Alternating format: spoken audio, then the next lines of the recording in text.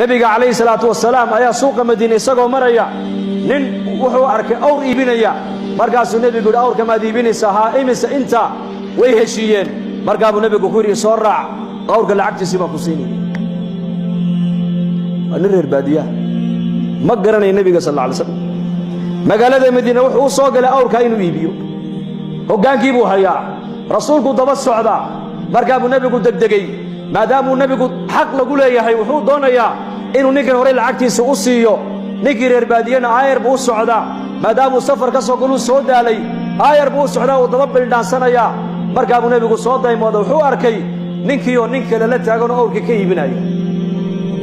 markaabuu nabigu soo noqday wuxuu arkay ninkiioo lacag loo tirinayaba markaasuu nabigu ku yidhi war xaggee soonigii kala iibsannay ma ninkii reer baadiyaha yidhi gamaad iibsan markaabuu nebigu war waan heshiinay tamma albayc qiimihiina waan ka wada hadallo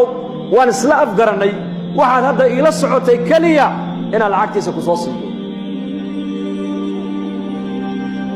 markaasuu ninkii yidhi may igamaad iibsan markaabuu nebigu leey war waan kaa iibsaday muslimiintii reer madiine o dhan baa ku soo urmay waa la isku dhegaysanayaa acraabigii wuxuu leeyahay igamaad iibsan nebiguna waxa uu leeyahay war waan kaa iibsaday waan kaa gatay iyo igamaad gadan ninkii acraabigaa yidhi war inaad iga iibsatay markhaati ma haysataa markaabuu nebigu dadka sidaa u eegay khusaymata ibnu haabit nin la yidhaah oo reer madiinaa soo boodo yidhi anaa markhaatiya buu